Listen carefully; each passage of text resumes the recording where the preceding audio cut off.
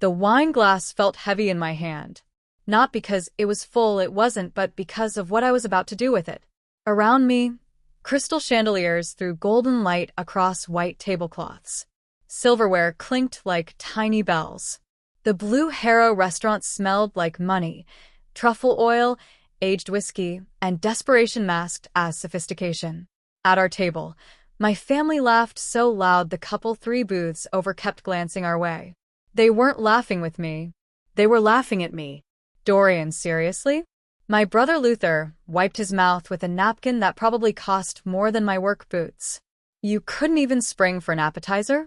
What? Construction work not paying the bills. My mother, Cecilia Vale, always dressed like she was attending someone's funeral, covered her smile with manicured fingers. Luther, don't be cruel. But her eyes sparkled with the same mockery. My father didn't even look up from his steak. A $40 cut of beef he was destroying with the elegance of a sledgehammer. Make sure you're covering your own tab tonight, Dorian. This celebration is for people who actually contribute to the family name. The family name. As if our last name was something sacred instead of just 5 letters my grandfather had built through honest work my father had spent decades trying to bury under marble floors and leather-bound contracts. Hey, everyone. My sister Ellera held up her phone recording. Her followers, thousands of strangers who thought they knew us, were watching live. My big brother came to dinner, but forgot his wallet. Should we send him home? She laughed, and the phone screen filled with laughing emojis. I sat there, quiet. My thrifted suit jacket suddenly felt thin. The waiter approached with the dessert menu, eyes carefully avoiding mine. He'd seen this before, families like mine, where cruelty wore designer labels and called it self-love. Luther reached for another glass of wine, his new Rolex catching the light. Gold. Heavy. Expensive. Everything he was. You know what, Dorian? You should have brought your own drinks tonight. Brought your own snacks, too. We're not running a charity here. The table erupted. My mother's laugh was wind chimes made of ice. My father's chuckle was low, satisfied. Even Ophelia, Luther's wife, who barely knew me, joined in, her giggle nervous and performative. Hi viewers, kindly tell us where you're watching from and what time it is. Warm welcome to the family. Enjoy the story. But I wasn't laughing. My hands rested flat on the table, steady despite the tremor running through my chest. Not fear. Not shame. Something else. Something I'd been carrying for months, wrapped tight and hidden away, waiting for exactly this moment. Because they didn't know. None of them knew. They didn't know about the envelope in my jacket pocket. They didn't know about the documents I'd signed 3 days ago. They didn't know that while they'd been planning this dinner, this performance of family unity, I'd been planning something too. Something quiet. Something final. Luther raised his glass higher, grinning like he'd already won a game I didn't know we were playing. A toast. To family. To success.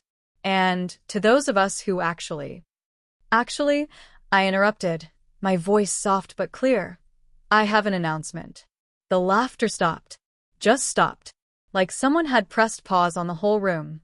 My mother's smile froze. My father's fork hovered midair. Ellera's phone dipped slightly, her followers suddenly witnessing something she hadn't scripted.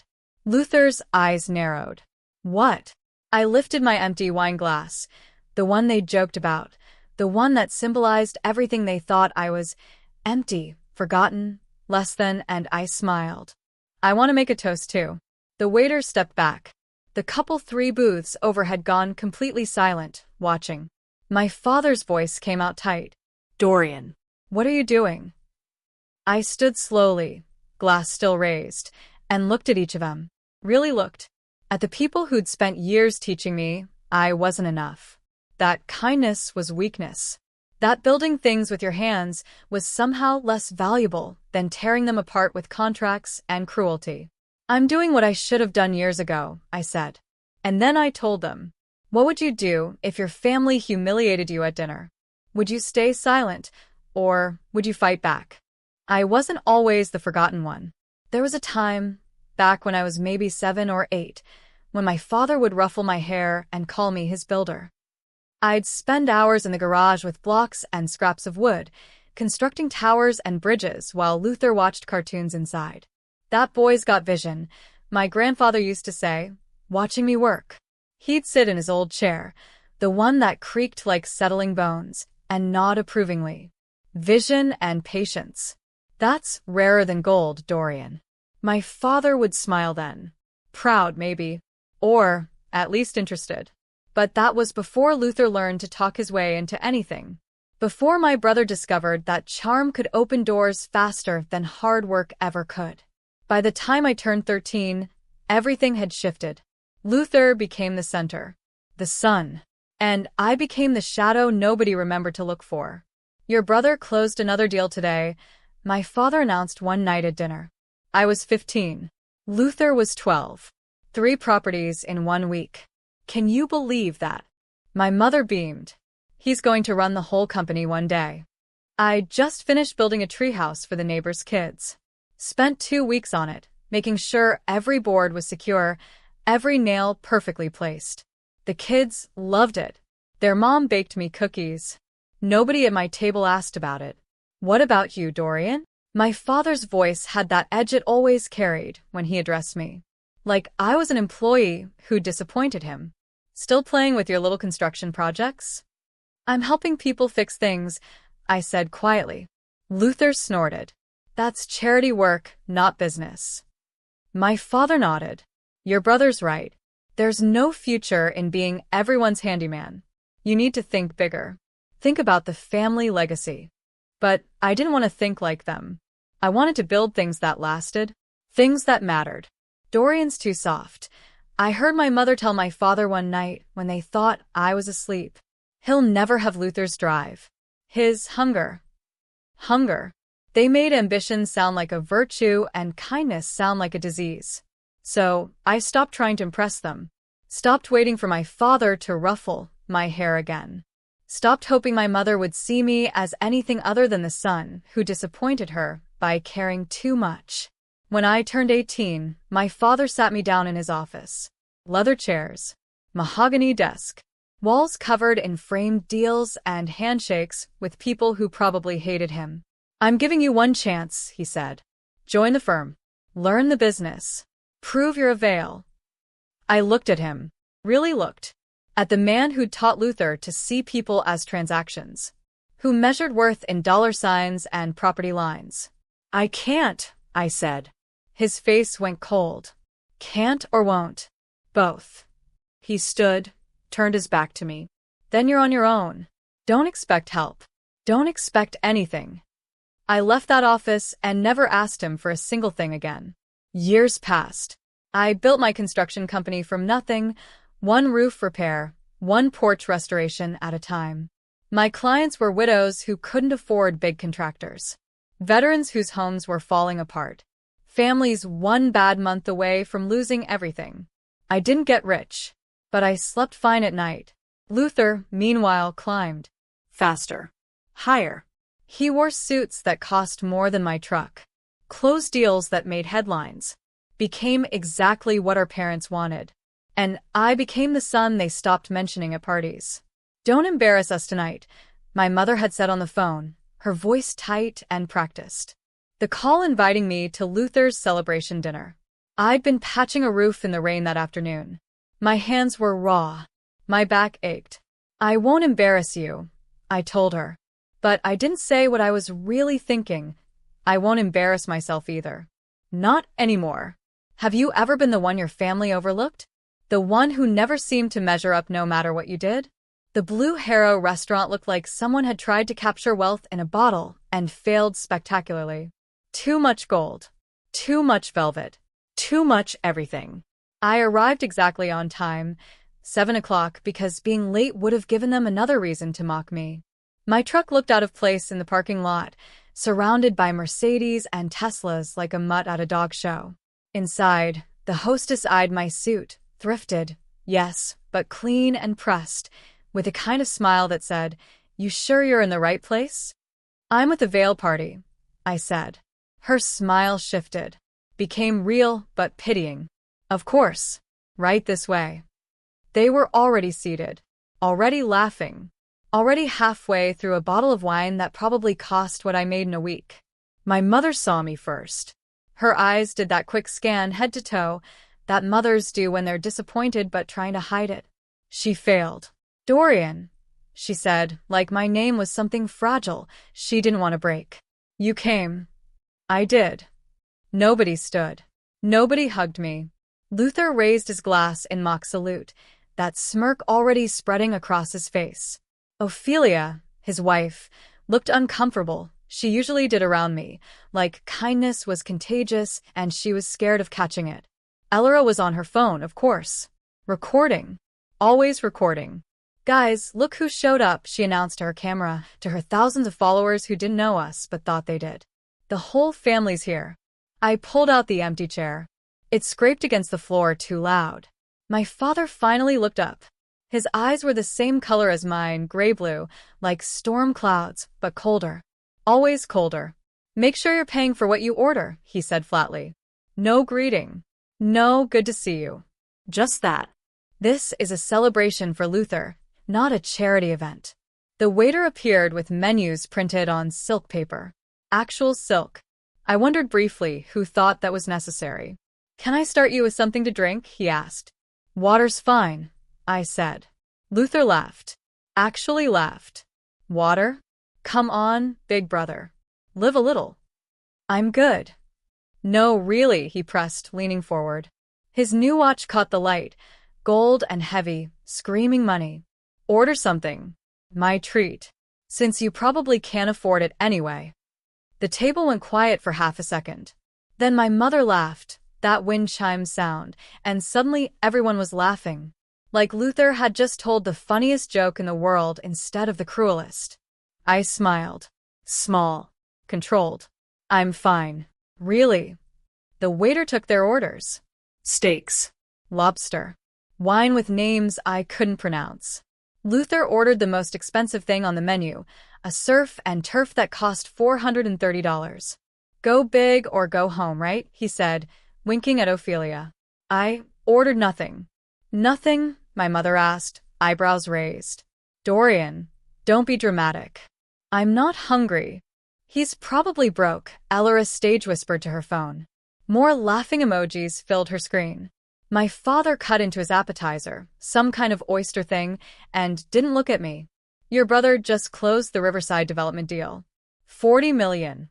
Youngest VP in the company's history." "Congratulations," I said to Luther. He grinned. "Thanks, man. Maybe one day you'll close a deal that big." "Oh, wait. You'd have to actually run a real business first." More laughter. The couple 3 booths over glanced our way. I sat there. Quiet. My hands flat on the table. Breathing steady. Because they didn't know. None of them knew what I'd been doing for the past 6 months. What I'd found. What I'd built while they'd been busy building their towers of glass and ego. Luther raised his wine glass high. "You know what, Dorian? You should have brought your own drinks tonight." My mother giggled. "Should have brought your own snacks too," he continued, playing to his audience. "We're not running a charity here." The table erupted again. Even the waiter looked uncomfortable. But I wasn't laughing. My hands stayed flat. My breathing stayed even. And then I smiled. "Maybe I did," I said softly. Luther's grin faltered. Just for a second. "What? Bring something?" I clarified. "Maybe I brought exactly what I needed." "What would you bring to a dinner where your family treats you like you're invisible?" My grandfather died on a Tuesday in March. The kind of gray day where the sky and ground blur together and you can't tell where one ends and the other begins. I was 23, working a job site 2 hours away, when my mother called. "He's gone," she said. No emotion. Like she was reporting the weather. "Funeral Saturday. Wear something appropriate." Appropriate. Even in death, appearances mattered more than grief. The funeral was everything my grandfather would have hated. Expensive flowers. A mahogany casket with gold handles. A minister who'd never met him reading generic platitudes from index cards. I stood in the back, watching my father play the grieving son for the crowd. Luther stood beside him, practicing the same performance for when his turn came. But my grandfather had been different. Real. The kind of man who fixed his own fence and knew his neighbors' names. Who built the Vale estate with his own hands, board by board, before my father turned it into a monument to excess. The will reading happened a week later. We gathered in a lawyer's office that smelled like old paper and broken promises. My father sat at the head of the table, because of course he did. My mother beside him, already calculating. Luther lounged in his chair like he owned the place. Maybe he thought he did. The lawyer, a thin man named Whitmore with glasses that kept sliding down his nose, cleared his throat. "Your father left very specific instructions," he said, looking uncomfortable. My father waved a hand. "Just read it." Whitmore adjusted his glasses. "The Vale estate and all associated properties will go to the child who shows compassion without calculation." Silence. Then my father laughed. "What?" "That's the exact wording," Whitmore said. "Compassion without calculation." My mother's face went tight. "That's ridiculous. What does that even mean?" "It's sentimental nonsense," my father snapped. "The estate is worth millions. He can't just—" "He can, actually," Whitmore interrupted gently. "It's his property. His will." Luther leaned forward. "So, who gets it?" Whitmore looked at me, then at Luther, then at my father. "That's to be determined based on the character and actions of the children over the next year. After which time, I will make a determination based on your father's criteria." My father stood. "This is absurd. Luther is building the family business. He's the obvious choice." "The estate will go to the child who shows compassion without calculation," Whitmore repeated. Those were his exact words. I'm bound by law to honor them.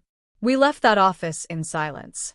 In the parking lot, my father grabbed my shoulder. Squeezed. Hard. "Don't even think about it," he said.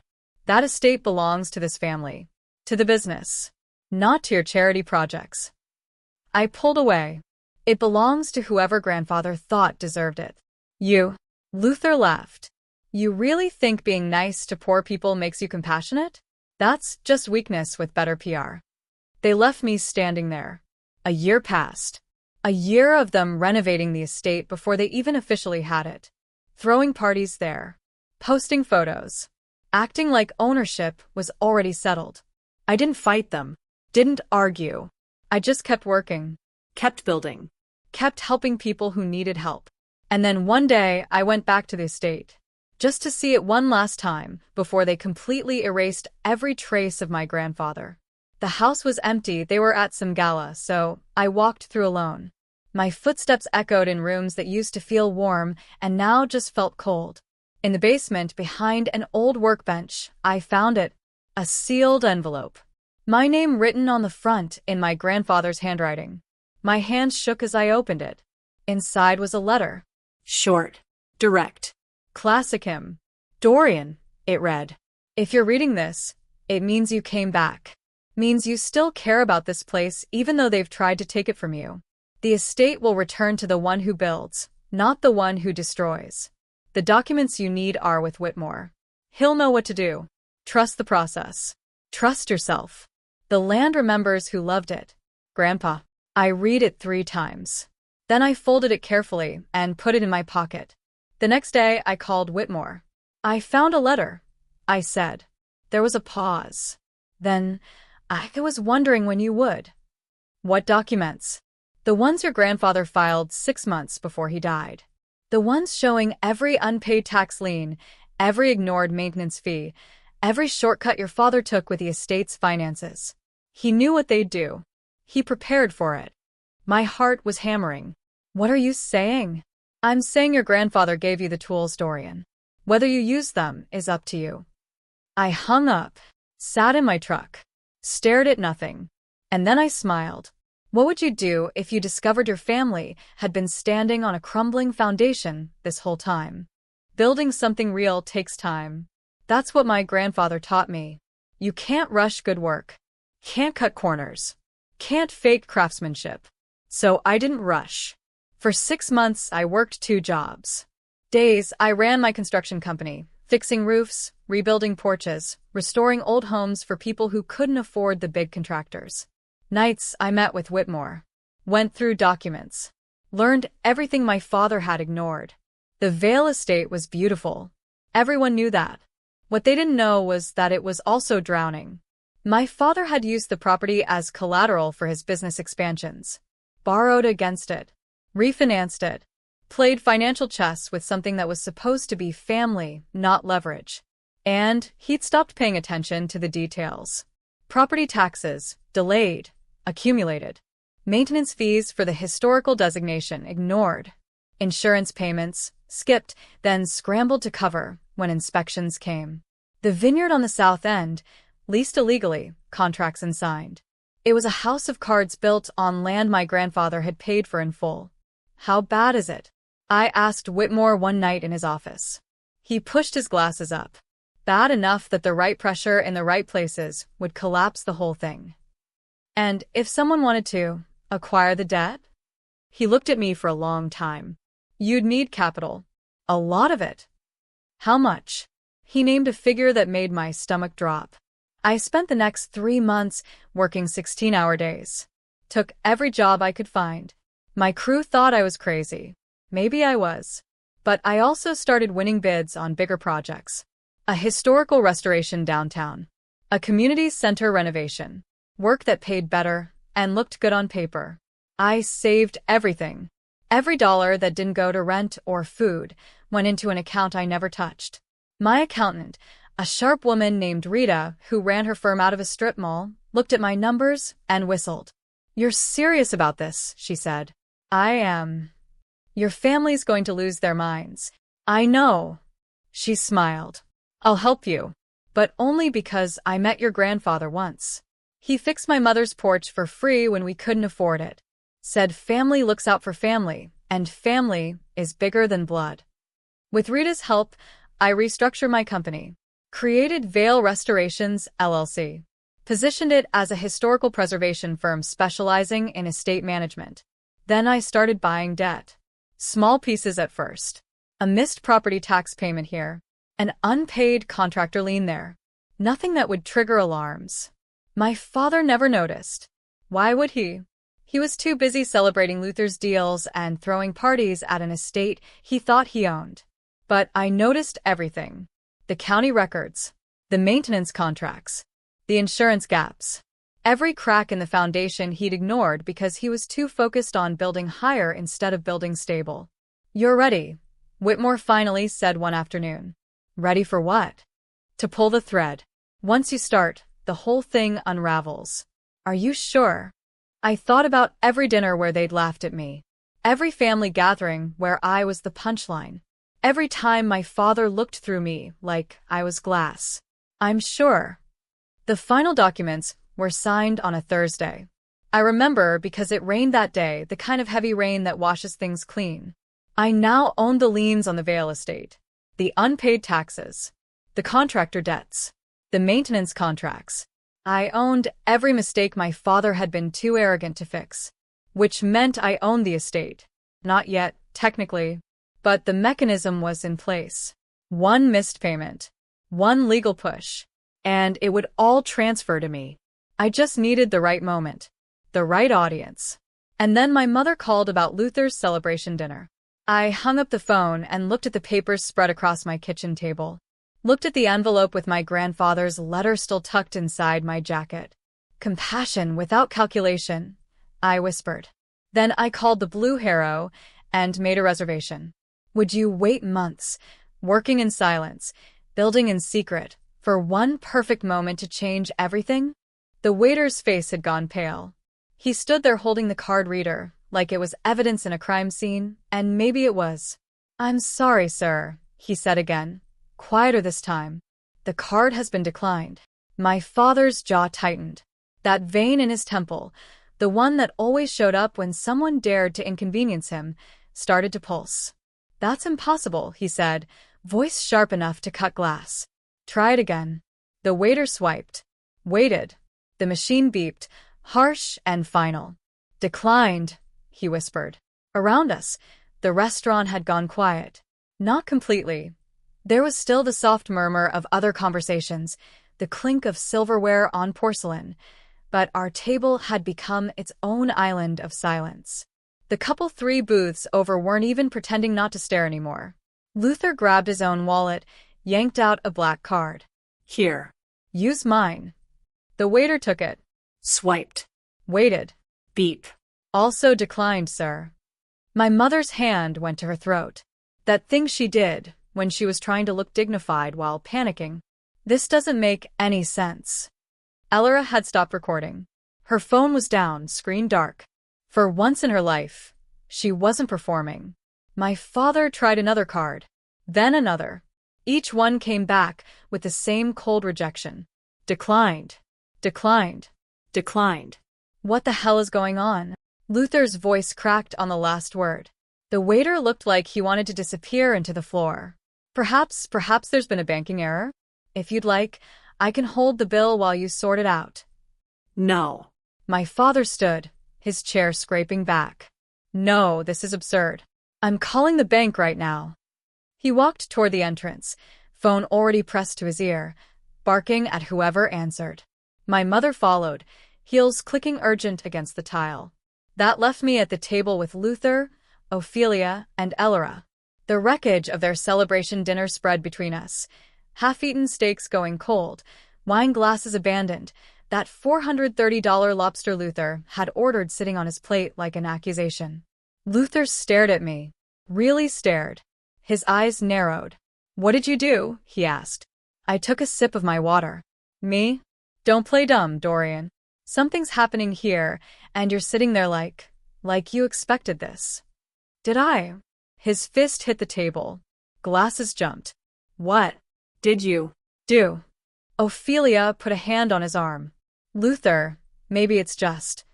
It's not just anything, he snapped. Then back to me. Talk. Now. I set down my water glass. Carefully. The way he'd set down something fragile. Then I leaned back in my chair and looked at my brother, really looked at him, maybe for the first time in years. You know what's funny? I said softly. You've spent your whole life thinking you were building something. But you were just stacking blocks on a foundation someone else made. And you never once checked to see if that foundation was solid. His face went red. What are you talking about? The Vale estate, I said. The properties. The vineyard. The lodge in Aspen. All of it. Ellora's eyes went wide. What about them? They're gone. The words hung there. Simple. Final. True. Luther's laugh was harsh, broken. You're insane. You're actually insane. Check your phone, I said. He didn't move. Didn't want to. Because some part of him, the part that was actually smart under all that ego, already knew. But Ellora grabbed her phone. Started scrolling. Her face changed. Went from confused to shocked to something I'd never seen on her before. Afraid. Luther, she whispered. The estate registry.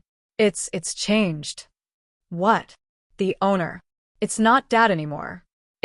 She looked at me. It's Vale Restorations, LLC. Ophelia gasped. Luther's hands were shaking as he pulled out his own phone. I watched him scroll, watched his face drain of color as he saw what I'd known for days. Every property, every asset tied to the Vale estate. All of it now listed under my company's name. How? Luther's voice was barely audible. How did you? Unpaid taxes, I said calmly. Ignored maintenance fees. Contractor liens your father never settled. He used the estate as collateral for business deals and forgot to actually protect it. I just collected the debt he left lying around. My father was walking back, phone still in his hand, face like a thunderstorm. My mother trailed behind, looking lost. The bank says there's a hold on the accounts, my father announced. Something about pending legal review of asset ownership. They won't tell me anything else. He stopped when he saw our faces. Saw Luther staring at his phone like it was showing him the end of the world.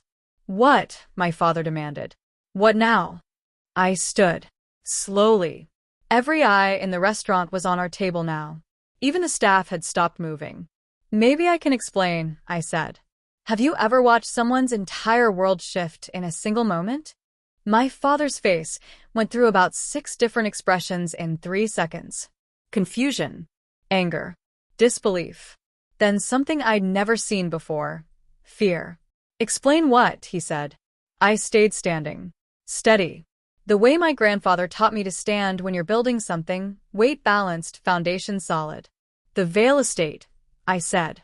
And every property connected to it. They're under new management as of 3 days ago. The silence that followed was so complete I could hear the kitchen staff moving behind their swinging doors. What are you saying? My mother whispered. I'm saying that the debts you ignored, the taxes you delayed, the maintenance contracts you skipped, the liens you pretended didn't exist, I bought them. All of them. Luther shot up from his chair. That's illegal. You can't just. I can actually. I pulled a folded document from my jacket pocket, held it up. It's all legal. Your father used the estate as collateral for business expansions. Used it to secure loans. Borrowed against property that wasn't entirely his to borrow against because grandfathers will had conditions. Conditions that were never properly resolved. My father's hand reached for the document. I pulled it back. The estate, the vineyard, the Aspen Lodge. Even the properties you've been developing under the company name. They all trace back to debt I now own. Which means, I met his eyes. I own them. No. My mother shook her head like she could deny reality into submission. No, that's not possible. We live there. We've renovated. You've been living in a house built on unpaid bills and ignored paperwork, I said. I just called those bills due. Elara's phone buzzed. Then buzzed again. Notifications piling up. Someone had posted about this. The video from her live stream had caught something, some moment, and now her followers were seeing it, sharing it, making it real. Luther grabbed his phone, typed something fast. His face went from red to white. The company accounts. They're frozen. Pending asset review. I confirmed. Because those accounts were tied to properties that are now under legal question. My legal question. My father took a step toward me, then stopped. Because what could he do? Hit me? Here? In front of all these witnesses and Elara's phone that was probably recording again whether she meant it to or not. You planned this, he said, voice shaking. You've been planning this. No, I said quietly. You planned this. Every time you ignored grandfather's wishes. Every time you treated the estate like your personal ATM. Every time you forgot that some things are bigger than your ambition. You built this moment. I just showed up to watch it happen. Ophelia was crying silently. Elara looked sick. Luther kept staring at his phone like if he looked hard enough the words would change. My mother found her voice. Sharp. Desperate. You can't do this to us. We're your family. Family, I repeated. The word tasted strange. Is that what we are? Because family doesn't humiliate each other at dinner. Doesn't laugh when someone's struggling. Doesn't treat kindness like a disease. We gave you everything, my father said. You gave me nothing I wanted and everything I didn't. I looked at each of them. But grandfather gave me something you forgot existed. A choice. And I chose to build something real while you built monuments to yourselves. Luther finally looked up from his phone. His eyes were wet. I'd never seen my brother cry before. What are you going to do with it? The estate. Everything. The whole restaurant was listening now. Probably recording. This would be everywhere by morning. The Vale family collapse captured in real time. I thought about lying. About making them sweat. But I was tired of games. I'm not keeping it, I said. Confusion rippled across their faces. The Vale estate is being converted into a community shelter and rehabilitation center. For veterans. For widows. For people who lost their homes and need somewhere to rebuild. My mother gasped. Actual gasp like I'd slapped her. You're giving it away? I'm giving it purpose. I folded the document, put it back in my pocket. Grandfather wanted it to go to someone who showed compassion without calculation. Turns out that wasn't any of you. My father's voice came out broken. You're destroying everything we built. No, I said. I'm just clearing away what you built so something real can grow there instead. Would you give up millions to prove a point, or would you keep it and become exactly what you hated? The waiter appeared again. He looked terrified, like he'd wandered into a war zone and just wanted to leave with all his limbs attached. The bill, he stammered. Everyone looked at him. Then at the table covered in expensive half-eaten food. Then at each other. My father reached for his wallet. Stopped. His cards were still declined. Luther's hands were shaking too hard to be useful. My mother just stared at the tablecloth like it might open up and swallow her. "I've got it," I said. 5 heads snapped toward me. What? Luther's voice was hoarse. I pulled out my wallet. My simple leather wallet that I'd owned for 8 years. Pulled out my card, the one attached to my construction company account. The account I'd built one honest job at a time. The waiter took it like it might explode. Swiped it. Waited. The machine beeped. Approved. "Thank you, sir," he said, voice flooded with relief. He practically ran back to the kitchen. My father stared at me. "Why?" "Because someone has to be the adult here," I said. "And apparently it's going to be me." I left cash on the table for the tip. More than necessary. The waiter would remember this night for years. Might as well make sure he got paid properly for witnessing our family's collapse. Then I stood. Adjusted my jacket. That thrifted suit jacket they'd mocked when I arrived. Funny how it felt like armor now. "Where are you going?" my mother asked. She sounded small. Lost. Home, I said. "To my apartment. The one I pay for with money I actually earned." Luther pushed back from the table. Stood. We were the same height, but he'd always seemed bigger. Not tonight. Tonight he looked hollow. "You can't just leave," he said. "Watch me." "This isn't over, Dorian." "I'll sue. I'll fight this. You'll lose," I interrupted. Gentle but firm. "The paperwork is airtight. I had 6 months and a very good lawyer. You had arrogance and assumptions. Math doesn't care about confidence, Luther." Elora was scrolling through her phone, watching her comment section explode. "People are calling us monsters," she whispered. "They're saying we deserved this." "Maybe you did," I said. My mother flinched like I'd hit her. "How can you be so cruel?" "Cruel?" The word almost made me laugh. "I paid for your dinner after you spent an hour mocking me. I'm converting family property into a place that'll actually help people instead of just sitting there making you feel important. If that's cruelty, I don't know what kindness looks like anymore." My father found his voice. It came out quiet. Defeated. "Your grandfather would be ashamed of you." That one landed. For a second, I felt it, that old instinct to doubt myself, to wonder if I'd gone too far. Then I remembered the letter. The one in my pocket. The one that said, "The estate will return to the one who builds, not the one who destroys." "No," I said. He wouldn't. He'd understand exactly what I'm doing and why. I looked at each of them one final time. My mother with her perfect makeup starting to run. My father with his shoulders slumped. Luther with his expensive watch and empty eyes.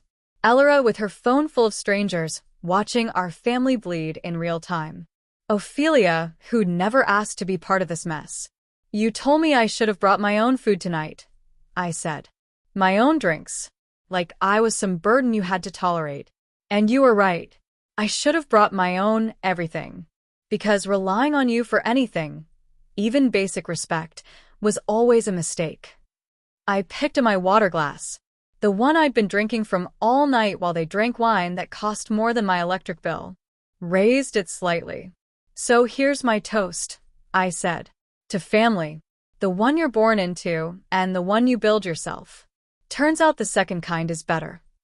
I set the glass down. Turned. Started walking. "Dorian," my mother called. Her voice cracked. "Please." I stopped. Didn't turn around. "Please what?" "Don't do this. We can fix this." "We can." "You can't fix what you never thought was broken," I said. "That's the problem. You thought treating me like garbage was normal. Like I deserved it because I wasn't ambitious enough or ruthless enough or whatever enough. But I deserved better. I always did." "You'll regret this," Luther said. Not a threat. A prediction. Almost sad. I turned then. Looked at him. My little brother who'd been handed everything and learned nothing. "I already regret something," I said. I regret all the years I spent hoping you'd change. Hoping any of you would wake up and realize that family is supposed to mean something more than shared DNA and competition.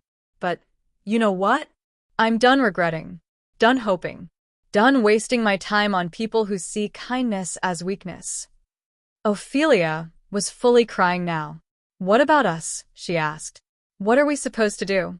Figure it out, I said. Not mean. Just honest. The same way everyone else does. Get jobs. Find smaller houses. Learn to live on what you actually earn instead of what you can borrow against someone else's legacy. I walked toward the exit. My footsteps echoed in the too quiet restaurant. Everyone watching.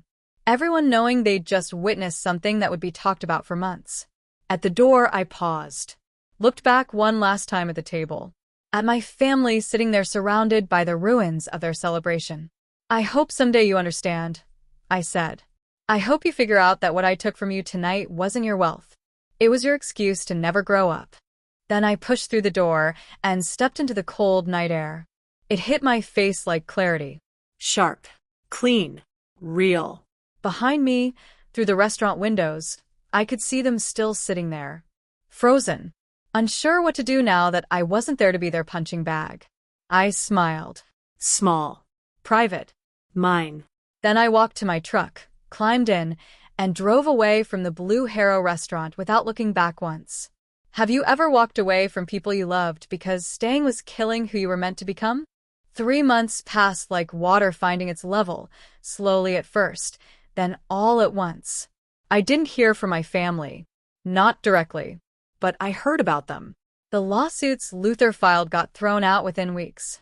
Turns out when you're fighting against paperwork that's been filed correctly, witnessed properly, and backed by actual law, confidence isn't enough. His lawyer quit after the second dismissal. Said something about unwinnable cases and wasted retainer fees. The company my father built started hemorrhaging clients. Turned out a lot of people didn't want to do business with someone whose own son had to legally repossess family property to cover unpaid debts. Bad optics, the business journal said. Trust issues. Ellara's follower count actually went up at first. People love watching disasters. But then the comment sections got brutal. Clips from her live stream of that dinner circulated everywhere.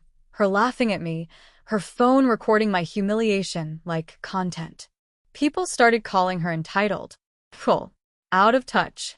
She tried apologizing. Posted a tearful video about learning and growing. But the internet doesn't forget, and it definitely doesn't forgive easily. Last I heard, she'd gone private. Deleted most of her content. Learned the hard way that your followers are your friends, they're your audience, and audiences leave when the show stops being entertaining. My mother tried reaching out once. Left a voicemail. Her voice was different, smaller, uncertain. Dorian, honey, could we talk? I think there's been a misunderstanding. Please call me back. I deleted it. Not out of cruelty. Just, what was there to say? What conversation could undo years of being treated like I didn't matter? But the Vale estate, that's where the real story was happening. I hired a project manager named Marcus, a veteran who'd lost his leg in Afghanistan and his house in a messy divorce. He understood what the place was supposed to be, what it could mean. We started renovations in February. Stripped away the gold fixtures my father had installed. Removed the ridiculous chandeliers. Tore out marble floors and replaced them with something practical. Warm. The vineyard got converted to a community garden. Veterans who stayed there could work the land, grow food, remember what it felt like to build something with their hands. The East Wing, where my mother used to host her society luncheons, became a job training center. Resume workshops. Interview prep. Computer classes for people who'd been out of work too long. By April, we had our first residents. 12 people. All of them carrying stories heavier than any luggage. There was Sarah, a widow whose husband died from cancer and whose medical bills ate her house. There was James, a Marine who came back from Iraq with PTSD and couldn't hold down work long enough to keep an apartment. There was Maria, who'd escaped an abusive marriage with nothing but her 6-year-old daughter and a duffel bag of clothes. I met them all on opening day. Shook their hands. showed them around. Watched their faces change when they realized this wasn't temporary. Wasn't charity, with strings attached. How long can we stay? Sarah asked, eyes already wet. As long as you need, I told her. Until you're ready. Until you're stable. No rush. She cried. Actually cried. Hugged me right there in the entrance hall where my father used to greet business associates with fake smiles and firm handshakes. That night, I stood in what used to be my grandfather's study. Marcus had helped me restore it, the original wood panels, the old desk, the chair that creaked like settling bones. On the wall, we'd hung a plaque. Simple. Brass. It read, "The Vale Community Center. Founded in memory of Robert Vale, who believed in building things that matter." My phone buzzed. A text from Rita, my accountant. Saw the news coverage of the opening. Your grandfather would be proud. Hell, I'm proud. I smiled. Typed back. Thanks. Feels right. Another buzz. This time from Whitmore, the lawyer. Well played, Mr. Vale. Well played indeed. I sat in my grandfather's chair. It still creaked in the same spots. I wondered if he'd sat here planning this. Planning the will, the conditions, the way he'd set everything up so that eventually someone would have to choose between greed and goodness. He'd bet on me. Bet that I'd choose right. I hoped he could see that he'd won that bet. Outside, through the window, I could see lights in the residential wing. People making dinner. Kids playing in the garden. Maria's daughter laughing, actually laughing, maybe for the first time in months. This was what wealth was supposed to look like. Not gold chandeliers and expensive wine. This. People being given a chance to rebuild. To remember they mattered. My phone rang. Unknown number. I almost didn't answer. Then did. Hello. Breathing. Then, it's me. Luther's voice. Quiet. Stripped of all that confidence. Silence stretched between us. What do you want? I asked. I don't know. To say I'm sorry, maybe. To ask how you did it. To tell you I get it now. He paused. Probably all three. I closed my eyes. You don't get it. Not yet. Maybe not ever. But you could. If you wanted to. How? Stop trying to win, I said. Stop trying to be the biggest, the richest, the most impressive. Just try being decent. See where that gets you. More silence. Then, I don't know if I know how to do that. Then learn, I said. I did. I heard him breathe. Heard something that might have been a sob or might have been a laugh. Hard to tell. The estate looks good, he said. I drove by yesterday. Didn't stop. Just looked. It looks like it's supposed to. It is, I said. I'm bankrupt, you know. The company folded. Dad won't talk to me. Says I should have fought harder. Should have never let you, he stopped. Doesn't matter. It's over. All of it. Part of me wanted to feel satisfied. Wanted to celebrate his fall. But I didn't. I just felt tired. What will you do? I asked. I don't know. Get a job, I guess. A real one. Figure out who I am when I'm not Dad's golden boy. That's a start. Another pause. I really am sorry, Dorian. For everything. For all of it. I know, I said. And I did. I could hear it in his voice. The real regret. Not the performed kind. But sorry doesn't fix it. Time fixes it. Work fixes it. Becoming better fixes it. Will you ever forgive me? I thought about that. Really thought. Ask me in a year, I said finally.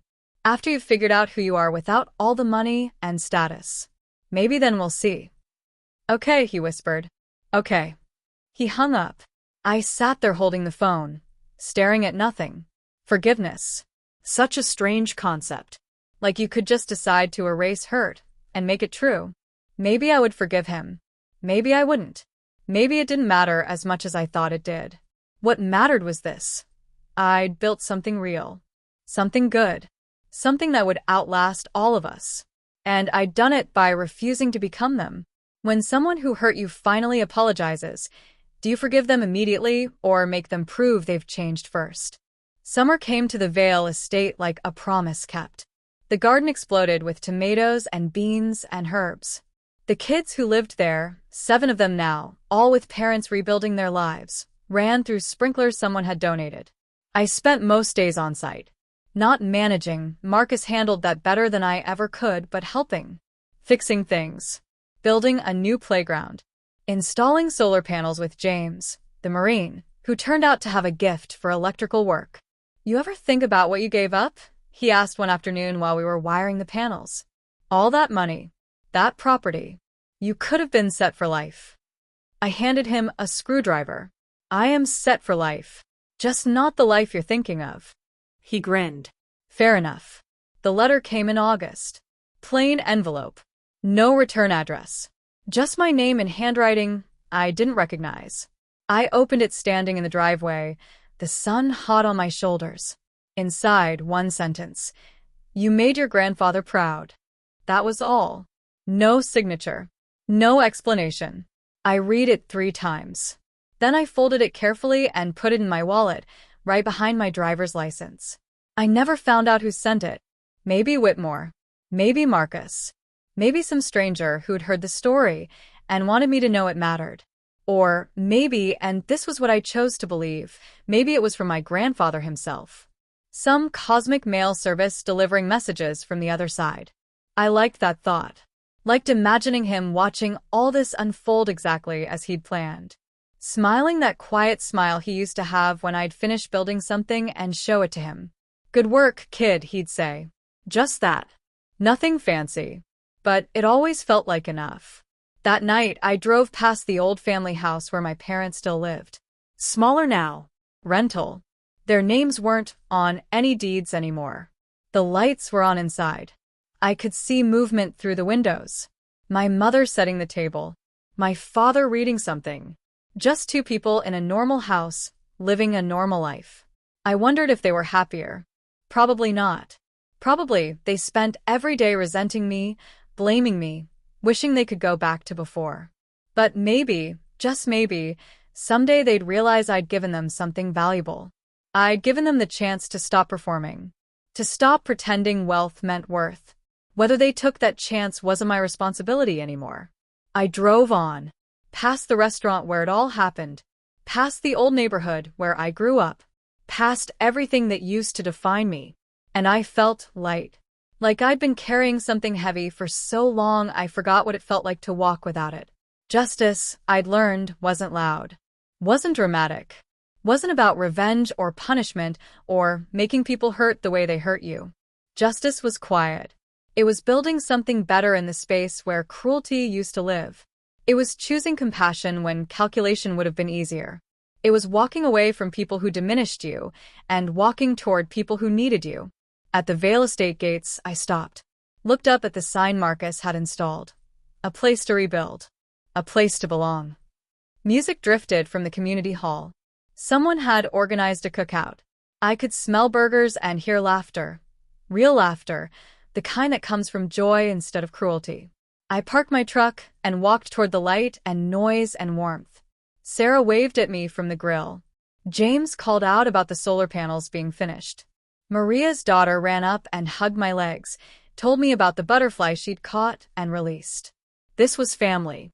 Not the one I was born into, but the one I'd built. The one that chose to be here, chose to grow together, chose to show up for each other on the hard days. My phone buzzed. A message from Rita. New project opportunity. Historical building downtown needs restoration. Interested. I typed back. Always. Because that's what I did now. I built things. Fixed things. Restored things that people thought were broken beyond repair. And maybe, in doing that, I'd restore myself too. I looked back at the estate one more time. At the lights in every window. At the garden growing wild and purposeful. At the playground I'd built with my own hands. My grandfather had been right. The land did remember who loved it. And love, real love, wasn't about possession. It was about protection. About nurturing. About making sure what you cared for could grow into something bigger than yourself.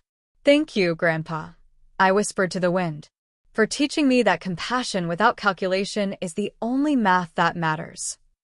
Somewhere in the distance, I swear I heard that old chair creak. the one in his study. Like someone was sitting down after a long day's work. Like someone was finally resting, knowing the job was done right. I smiled, Turned. walked into the light where people who'd been broken were learning to build themselves back up, one day at a time. And that, I realized, was the only legacy worth leaving behind. So, what about you? Have you ever had to choose between keeping wealth or keeping your integrity? Have you walked away from family who couldn't see your worth? Share your story in the comments below. Your words might be exactly what someone else needs to hear today. And if this story moved you, hit that subscribe button and turn on notifications. We share stories like this every week, real tales of justice, redemption, and people who chose to build instead of destroy. Don't miss the next one. Thanks for being part of this family. The real kind. The kind that chooses to show up and support each other. See you in the next story.